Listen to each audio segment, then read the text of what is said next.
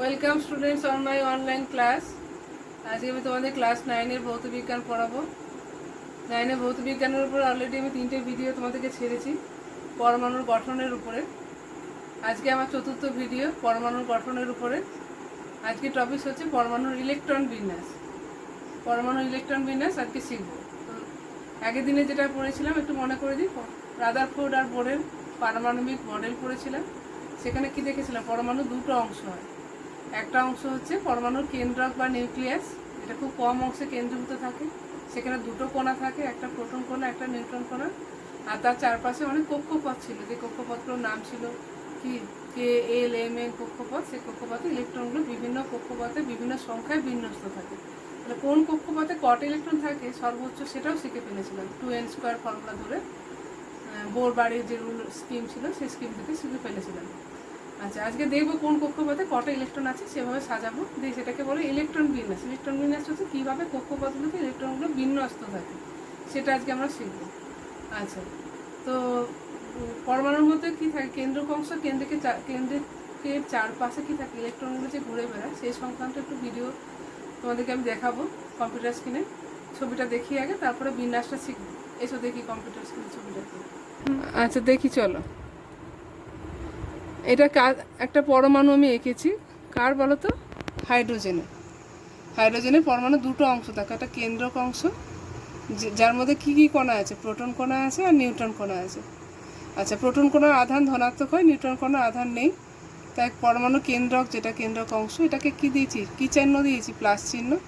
তাকে কেন্দ্র করে কক্ষপথ রেখেছি। দেখো, একটাই কক্ষপথ রেখেছি, কেন হাইড্রোজেনের একটা ইলেকট্রন থাকে, তাই একটাই কক্ষপথ দিয়ে ইলেকট্রনটা ঘুরবে, এইভাবে ঘুরতে থাকবে। ঠিক আছে, এভাবে ঘুরতে থাকবে ইলেকট্রনটা। এই যে কক্ষপথ আছে, কক্ষপথ, এটাকে স্থায়ী কক্ষপথ বলে। স্থায়ী কক্ষপথে ইলেকট্রনটা কক্ষপথে বরাবর ঘুরতে থাকবে। আচ্ছা, আরেকটা এলিমেন্ট তোমাদেরকে আমি দেখাই ছবিতে। আরেকটা এলিমেন্ট দেখাই, সোডিয়াম। দেখো, সোডিয়ামের চিহ্ন কী হয়, এনে। সোডিয়ামের কত পারমাণবিক সংখ্যা 11। তাই 11টা প্রোটন থাকে, 11টা ইলেকট্রন থাকে। সেই ইলেকট্রনগুলো দেখো বিভিন্ন কক্ষপথে বিন্যস্ত আছে। আমি এখানে কটা কক্ষপথ এঁকেছি, এটাকে হচ্ছে প্রথম কক্ষপথ, একে কে কক্ষপথ, তারপরে এল কক্ষপথ 2 নম্বর, আর 3 নম্বর কক্ষপথ হচ্ছে কে এল এম কক্ষপথ। ঠিক আছে, প্রথম কক্ষপথে দেখো দুটো ইলেকট্রন রয়েছে, দুটো ইলেকট্রন। তারপরে কক্ষপথে যদি কাউন্ট করো, দেখো মোট 8টা ইলেকট্রন রয়েছে, আর লাস্টের কক্ষপথে একটা ইলেকট্রন রয়েছে। এভাবে কীভাবে বিন্যস্ত করলাম সেটা তোমাদেরকে শেখাবো। আচ্ছা, ওরা কী করে বলো তো, ইলেকট্রনগুলো ঘুরবে এরকম করে, দেখতে পেয়েছো? ইলেকট্রনগুলো কেন্দ্রকে কেন্দ্র করে ঘুরবে। তাহলে কেন্দ্রকে কী কী কণা আছে, প্রোটন কণা, নিউট্রন কণা। প্রোটন কণা কটা থাকবে, 11টা থাকবে। যটা প্রোটন কণা থাকবে তটাই ইলেকট্রন থাকবে। কাউন্ট করে দেখো, 1 2 3 4 করে দেখো, টোটাল 11টা ইলেকট্রন রয়েছে। আর নিউট্রন কটা থাকবে সেটা আমি বলছি না, কিন্তু এই যে কেন্দ্রক অংশ, যেটা ডিপ নীল কালারের আছে, সেটাকে পজিটিভ চিহ্ন দিয়ে চিহ্নিত করেছে। কেননা প্রোটনের আধান কী হয়, পজিটিভ, আর ইলেকট্রনগুলোর আধান হয় মাইনাস, নেগেটিভ, তাই মাইনাস সাইন দিয়ে চিহ্নিত করেছে। তাহলে এই কেন্দ্রককে কেন্দ্র করে ইলেকট্রনগুলো কী করে, মুভ করবে। দেখো, মুভ করছে। ঠিক আছে। আচ্ছা, এবারে বিভিন্ন কক্ষপথে ইলেকট্রনগুলোকে কীভাবে বিন্যস্ত করলাম সেই সংক্রান্ত বিষয়টা যে শিখবো, সেটাকে ইলেকট্রন বিন্যাস বলে। চলো বোর্ডে আজকে আমরা শিখে ফেলি। দেখো, আমরা আজকে পরমাণুর গঠন অর্থাৎ ইলেকট্রন বিন্যাস নিয়ে শিখবো। ইলেকট্রন বিন্যাস শিখবো কাদের না, 1 থেকে 20টা মৌল, আমাদের যে মৌলগুলো আছে পরপর সাজিয়ে 1 থেকে 20টা মৌল পারমাণবিক সংখ্যা অনুযায়ী সাজাবো। সে 1 থেকে 20টা মৌল ইলেকট্রন বিন্যাস শিখবো। তো সবগুলো আমি করে দেবো না, কয়েকটা আমি করে দেবো, বাকিগুলো তোমরা ফলো করে করতে পারবে। আচ্ছা, প্রথমে কি করব, ইলেকট্রন বিন্যাস মানে কি, কক্ষপথ কি হয়, কে কক্ষপথ, আমি লিখে রেখেছি, কে কক্ষপথ, এল কক্ষপথ, এম কক্ষপথ, এন কক্ষপথ, ও পি কিউ আরও থাকে, জানো তোমরা। তো এই কক্ষপথগুলোতে কোন কক্ষপথে কটা ইলেকট্রন থাকবে, মৌলগুলোর কোন কক্ষপথে কটা করে ইলেকট্রন থাকবে সেটা দেখবে। আচ্ছা, প্রথম মৌল কি, আমাদের হাইড্রোজেন। তার পারমাণবিক সংখ্যা 1, অর্থাৎ তার প্রোটন সংখ্যা কত, 1। একটা প্রোটন থাকবে মানে কি, কটা ইলেকট্রন থাকবে, একটাই ইলেকট্রন থাকবে, কেন পরমাণু নিস্তরিত। সেই একটা ইলেকট্রন কোন কক্ষপথে থাকে, প্রথম কক্ষপথটার নাম কি, কে কক্ষপথ। সেই একটা ইলেকট্রন কে কক্ষপথে থাকে। তাহলে তোমাদের যদি পরমাণুটাকে ছবি এঁকে দেখাতে চাই, চিত্রের সাহায্যে দেখাতে চাই, তাহলে কী করে দেখাবো, পরমাণু দুটো অংশ হয় জানো, এটা কেন্দ্র। পরমাণু দুটো অংশ হয়, এটা কেন্দ্র, কেন্দ্রকে কাকে লিখব, প্লাস প্রোটন থাকবে, তাকে কেন্দ্র করে একটাই কক্ষপথ আঁকবো, সেটাকে বললাম কে কক্ষপথ। বাকি কক্ষপথগুলো ফাঁকাই থাকবে, সেখানে আমার একটাই ইলেকট্রন থাকবে। বুঝতে পারলে? কেন্দ্রকে, এটা কেন্দ্রক অংশ, এটা একটাই প্রোটন থাকবে বা একটা প্রোটন বা নিউট্রন কটা থাকবে আমি বলছি না সেই সম্বন্ধে। আচ্ছা, কক্ষপথ নিয়ে আমার মাথা ব্যথা। কক্ষপথগুলো নিয়ে দেখো, প্রথম কক্ষপথ হচ্ছে কে।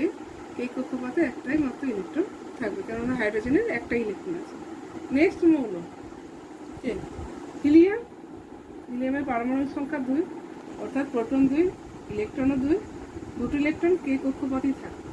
কেননা কেতে সর্বোচ্চ কটা ইলেকট্রন থাকতে পারে, কে কক্ষপথে সর্বোচ্চ কটা ইলেকট্রন থাকতে পারে। 2 × 1² ফর্মুলা ধরে, 2n² ফর্মুলা ধরে কত পাবো, 2। কে কক্ষপথে সর্বোচ্চ দুটো ইলেকট্রন থাকতে পারে, দুটো ফুলফিল হয়ে গেল। ঠিক আছে, দুটো ফুলফিল হয়ে গেল। আচ্ছা, একটু টপকে গেলাম আমি। 6 নম্বর মৌল। 6 নম্বর মৌল হচ্ছে কার্বন। কার্বনের 6টা প্রোটন থাকবে, 6টা ইলেকট্রন থাকবে। 6টা ইলেকট্রনের প্রথম কক্ষপথে দুটো থাকবে, 2-এর বেশি থাকতে পারবে না। বাকি 4টে, তো 6 থেকে 2 বাদ দিলে কটা থাকে, 4টে। 4টে পরে কক্ষপথে চলে যাবে। ঠিক আছে, তাহলে কার্বনের যদি ছবি আঁকি, ছবিটা দেখতে কেমন হবে? কার্বনের কেন্দ্রকে কে থাকবে, প্রোটন থাকবে। কটা থাকবে, ছোটো 6টা থাকবে, আর নিউট্রন কোটাও থাকবে। প্রোটন আর নিউট্রন দুটো কোটা থাকবে, তাকে কেন্দ্র করে কক্ষপথ আঁকবো। আমি প্রথম কক্ষপথটার নাম দিলাম কে কক্ষপথ। কে কক্ষপথে দুটো ইলেকট্রন থাকলো, একটা, দুটো। তারপরে কক্ষপথটাকে নাম দিলাম হচ্ছে এল। এল কক্ষপথে কটা থাকবে, বাকি রেস্ট 4টে, 1, 2, 3, 4, 4টে ইলেকট্রন আবর্তন করবে। ঠিক আছে, পরের মৌল 7 নম্বরটা লিখছি না, 8 নম্বরটা অক্সিজেন। অক্সিজেনের কত, 8 পারমাণবিক সংখ্যা। তাই অক্সিজেনের কি, প্রোটন সংখ্যাও 8, ইলেকট্রন সংখ্যাও 8, কে কক্ষপথে দুটো, বাকি রইল কটা, বাকি রইল 6টা। 8 - 2 করলে কত হয়, 6টা। কে কক্ষপথে 6টা থাকবে, মানে দুটো কে কক্ষপথে 6, কে কক্ষপথে দুটো থাকলো, বাকি যে চলে রইল 6টা, সেটা নেক্সট কক্ষপথ অর্থাৎ এলেতে চলে যাবে। তাহলে অক্সিজেনের ছবি আঁকলে কী করে আঁকবো, অক্সিজেনের ছবি, এটা হচ্ছে কার্বনের ছিল। অক্সিজেনের ছবি আঁকলে, অক্সিজেনের ছবি আঁকলে কেন্দ্রকটা আগে আঁকি। এখানে কে থাকবে, প্রোটন থাকবে কত না, 8টা প্রোটন থাকবে, নিউট্রন কটা থাকবে আমি জানি না। প্রথম কক্ষপথ কে এতে দুটো ইলেকট্রন থাকবে, তারপরে কক্ষপথ এল। এলে কটা থাকছে, এলে 6টা থাকছে। তাহলে 1, 2, 3, 4, 5, 6, 6টা ইলেকট্রন থাকছে। কার না, অক্সিজেন। আচ্ছা, অক্সিজেনের অষ্টক পূর্তি হতে বাইরের পক্ষে 8টা থাকতে পারে, তো অষ্টক পূর্তি হতে কটা ইলেকট্রন দরকার ছিল, দুটো ইলেকট্রন দরকার ছিল। ঠিক আছে, এগুলো পরে আমাদের কাজে লাগছে। নেক্সট মৌল নিয়েছি আমি 9টা ফ্লোরিনকে বাদ দিলাম, নিয়নকে নিয়েছি। নিয়নের পারমাণবিক সংখ্যা 10, তাই জন্য 10টা প্রোটন থাকবে, 10টা ইলেকট্রন থাকবে। এটা কীভাবে সজ্জিত হবে, 2, বাকি 8টা এল কক্ষপথে চলে গেল। দুটো কে কক্ষপথে, এল কক্ষপথে 8টা। এল কক্ষপথে কটা থাকতে পারে সর্বাধিক, এল কক্ষপথে সর্বাধিক কটা থাকতে পারে, 2 × 2² মানে 8টা। তাহলে সর্বোচ্চ 8টাই ফুলফিল রয়েছে। নিয়নে যটা থাকতে পারে সর্বোচ্চ বাইরের পক্ষে তটাই ফুলফিল আছে। এটাকে নিষ্ক্রিয় মৌল বলে। এখানে যেমন হিলিয়ামের সর্বোচ্চ ছিল কি, বাইরের পক্ষে দুটো ইলেকট্রনে পরিপূর্ণ ছিল, হিলিয়াম একটা নিষ্ক্রিয় গ্যাস, সেরকম নিয়ন একটা নিষ্ক্রিয় গ্যাস, এর বাইরের পক্ষে অষ্টক ভর্তি হয়ে গেছে।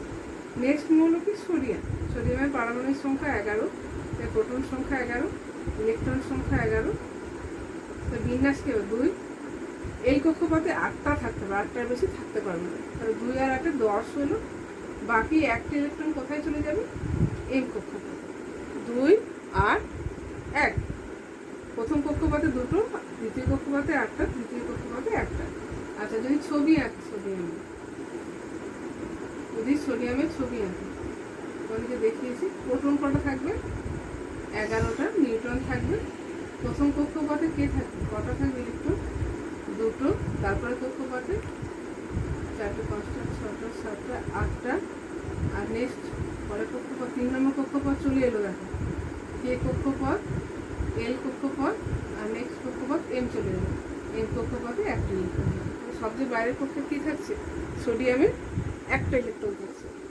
এই একটা ইলেকট্রন ও সহজেই ত্যাগ করে দিতে পারে, তাই ধাতুর মতো আচরণ করে। এগুলো পরের ক্লাসে শিখবো আমরা। আচ্ছা, পরের যেটা হচ্ছে এটা হচ্ছে কি সোডিয়াম পেল। নেক্সট মৌলক দেখেছি কি অ্যালুমিনিয়াম। অ্যালুমিনিয়ামের 13, পারমাণবিক সংখ্যা 13, ইলেকট্রন সংখ্যা 13, তাহলে 2, 8, 3, মানে ম্যাগনেসিয়ামটাকে ছেড়ে গেছে। আচ্ছা, তাহলে কি হবে, প্রথম কক্ষপথে 2টো, তারপরে কক্ষপথে 8টা, আর তারপরে কক্ষপথ অর্থাৎ এম কক্ষপথ, সর্ববহিষ্ঠ কক্ষপথে 3টা। নেক্সট মৌল 14টা আমি ছাড়লাম, সিলিকনকে 15, কি হচ্ছে ফসফরাস 15 কি প্রোটন সংখ্যা 15, ইলেকট্রন সংখ্যা 15, তাহলে 2, 8, 10 হলো, রেস্ট কত 5। নেক্সট কক্ষপথে কত চলে গেল, 5 চলে গেল। ঠিক আছে, যদি এটাকে ছবিতে আঁকি, ফসফরাসকে ছবিতে আঁকি, তাহলে কী হবে, প্রোটন থাকবে কটা, 15টা। আচ্ছা, প্রথম কক্ষপথে কটা থাকবে, কে কক্ষপথে 2টো, এই কক্ষপথে 1, 2, 3, 4, 5, 6, 7, 8। নেক্সট কক্ষপথ 3 নম্বর কক্ষপথ অর্থাৎ এম কক্ষপথে কটা আছে, কে এল এম কক্ষপথে 5টা, 1, 2, 3, 4, 5টা। এই 5টা ইলেকট্রন এই 3 নম্বর কক্ষপথে ঘুরে বেড়াবে, আবর্তন করবে। তারপর লিখেছি দেখো 16টা বাদ দিয়েছি, 17 ক্লোরিন, 17 ইলেকট্রন সংখ্যা 17, 2, 8, 7। তাহলে এই কক্ষপথে 2টো, এল কক্ষপথে 8টা, আর এম কক্ষপথে 7টা। আচ্ছা, 17-এর পরে 18 আর্গন, 18 প্রোটন সংখ্যা 18, ইলেকট্রন সংখ্যাও 18, 2, 8, 8। তাহলে সর্ববহিষ্ঠ কক্ষে কটা থাকতে পারে, শিখেছি কি, সর্ববহিষ্ঠ কক্ষে থাকতে পারে 8টা। দেখো 8টাই রয়েছে, তাহলে অষ্টক পূর্তি হয়ে গেছে না। আমি এটাকেও একটা মার্কিং করে রাখলাম, যেমন নিয়ন আর হিলিয়ামকে মার্কিং করেছি, এটাও করলাম। তার কারণ হচ্ছে এটাও একটা নিষ্ক্রিয় গ্যাস, এটা রাসায়নিক বিক্রিয়ায় অংশগ্রহণ করতে পারে না, কেননা বাইরের কক্ষটা যেটা যতগুলো সর্বাধিক থাকতে পারে বাইরের পক্ষে ততগুলোই রয়েছে। এটাকে যদি ছবি আঁকি তাহলে কী করে আঁকবো, কেন্দ্রকে কি থাকবে, প্রোটন থাকবে, নিউট্রন থাকবে। প্রোটন কটা থাকবে, 18টা। প্রথম কক্ষপথে কটা থাকবে, 2টো আছে। তারপরে কক্ষপথে অর্থাৎ এই কক্ষপথে, কে কক্ষপথে 2টো হলো, এই কক্ষপথে 8টা, 1, 2, 3, 4, 5, 6, 7, 8। আর 3 নম্বর কক্ষপথ আছে, 3 নম্বর কক্ষপথ অর্থাৎ এম কক্ষপথে কটা থাকবে, 8টা, 2, 3, 4, 5, 6, 7, 8। আচ্ছা, নেক্সট মৌল চলে যায়, আর্গনের পর 19। তোমাদের 20টা মৌলই আছে, তোমাদের পটাশিয়ামের কত, 19, প্রোটন সংখ্যা 19, ইলেকট্রন সংখ্যা 19, 2, 8, কত, 8, 1, 2, 10, 9টা রয়েছে। তো তারপরে বাকিগুলো কি 9টা কি পরের কক্ষপথ এমে চলে যাবে, 9টা ইলেকট্রন কি এম কক্ষপথে চলে যেতে পারবে না। কেন বলো তো, সবচেয়ে বাইরের কক্ষপথটা আগের কক্ষপথ হয়ে যাচ্ছে, তাই এখানে কি হয়ে যাবে, এখানে 9টায় থাকতে পারবে না, সবচেয়ে বাইরের কক্ষপথে আগের কক্ষপথে বলে এটা 8টা, বাকি একটা পরের কক্ষপথে চলে গেল, ঠিক আছে। 2টো হলো কে কক্ষপথে, 8টা হচ্ছে এল কক্ষপথে। এম কক্ষপথে 8টা থাকছে, 9টা থাকতে পারছে না। সবচেয়ে বাইরের কক্ষপথে কি থাকতে পারে, সবচেয়ে বাইরের কক্ষপথে 8টার বেশি থাকতে পারে না। তাহলে সবচেয়ে বাইরের কক্ষপথে 9টা রেখে দিলে চলতো, দেখুন আরেকবার বলি, সবচেয়ে বাইরের কক্ষপথে অর্থাৎ এম কক্ষপথে 9টা হয়ে যাচ্ছে। আমরা কি শিখেছি, বোর বাড়ির রুলে কি শিখেছি, সবচেয়ে বাইরের কক্ষে 8টার বেশি থাকবে না, কিন্তু এখানে 9টা হয়ে যাচ্ছে, তাই 9টা করতে পারবো না। এখানে 8টা রেখে এল, এম এ 8টা রেখে এন কক্ষপথে একটাকে পাঠিয়ে দেবে। তাহলে এর ক্ষেত্রে কক্ষপথ সংখ্যা কত হবে, 4টে হবে। আচ্ছা, পরের মৌল হচ্ছে ক্যালসিয়াম, 20টা প্রোটন, 20টা ইলেকট্রন, 2, 8, 10টা হয়ে গেল। তাহলে বাকি 10টা কি এম কক্ষপথে রয়ে যাবে, বাইরের কক্ষপথে কি 10টা থাকতে পারে না তো, বোর বাড়িগুলি তাই বলে। তাই জন্য বাইরের কক্ষপথে কি রাখবে, বাইরের কক্ষপথে এখানে কে এল এম কক্ষপথে 8টা রেখে বাকি 2টো ইলেকট্রন এন কক্ষপথে পাঠিয়ে দিল। কে কক্ষপথে 2টো, এল কক্ষপথে 8টা, এন কক্ষপথে 8টা, বাকি দুটো এন কক্ষপথে পাঠিয়ে দেবে। ঠিক আছে, 4টে কক্ষপথ আমার পরিপূর্ণ হয়ে যাবে। পরিপূর্ণ না, 4টে কক্ষপথ আমার এই ক্ষেত্রে লাগবে। আমার ক্যালসিয়াম 20 পর্যন্ত আছে। এটাকে যদি ছবি আঁকি তাহলে কী করে দেখাবো? প্রোটন থাকবে কটা? 20টা। নিউট্রন কণা থাকবে কটা আমি বলছি না, কেন নিউট্রন কণা নিয়ে অনেক বিতর্ক থাকে, সংখ্যা আলাদা হয়। কে কক্ষপথে 2টো। নেক্সট কক্ষপথ বলো কি? এল। এল কক্ষপথে 8টা, 1 2 3 4 5 6 7 8। তারপরে কক্ষপথ কে এল এর পর এম। এম কক্ষপথে কটা থাকছে? এম কক্ষপথেও 8টা, 3টে 4টে 5টা 6টা 7টা 8টা।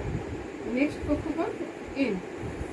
এন কক্ষপথে, এন কক্ষপথে ক্যালসিয়ামের জন্য কটা থাকছে? 2টো। কার ছবি আঁকলাম? কার পরমাণুর ছবি আঁকলাম? ক্যালসিয়াম পরমাণু। প্রথম কক্ষপথে 2টো, তারপর কক্ষপথে 8টা, তারপর কক্ষপথে 8টা, তারপর কক্ষপথে 2টো। আচ্ছা, একটা জিনিস দেখো, হাইড্রোজেনের ক্ষেত্রে কটা কক্ষপথ আনলাম? একটা। হিলিয়ামের জন্যও একটা। হাইড্রোজেন আর হিলিয়ামের জন্য একটা কক্ষপথ লাগবে। তারপর আমি 3 4 দেখাই দিই। দেখো 3 থেকে আমাদের শুরু হবে। 3টা দিয়ে করতাম, তাহলে 3টা থেকে 2টো করে কক্ষপথ লাগতো। কতক্ষণ পর্যন্ত লাগতো? না, নিউ 1 পর্যন্ত 2টো কক্ষপথ লাগবে। নিষ্ক্রিয়, নেক্সট নিষ্ক্রিয় মূলক। তারপরে কি হলো? সোডিয়াম থেকে আবার 3টে করে কক্ষপথ লাগবে। 1 2 3টে করে দেখো কক্ষপথ দেখেছে। ঠিক আছে, কতদূর পর্যন্ত চললো? না, আর্গন পর্যন্ত চললো। নেক্সট নিষ্ক্রিয় মৌল পর্যন্ত চললো। তারপরে যখন আর্গনকে টপকে গেলাম, সোডিয়াম পটাশিয়াম আর ক্যালসিয়ামে চলে এলাম।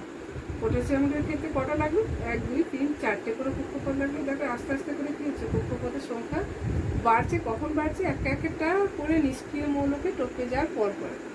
আচ্ছা, আমি বাকি যে মৌলগুলো করিনি তাদের পারমাণবিক গঠনগুলো করবে, ছবি আঁকবে। এটা তোমার বাড়িতে করো, কারণ সবটা করে দিলে তোমাদের ইন্টারেস্ট থাকবে না। আজকে ভিডিওটা এই পর্যন্তই থাক। পরের ভিডিওতে আমার তোমাদের সঙ্গে দেখা হবে। যদি ভিডিওটা ভালো লাগে তোমরা লাইক করো, শেয়ার করো। Thank you.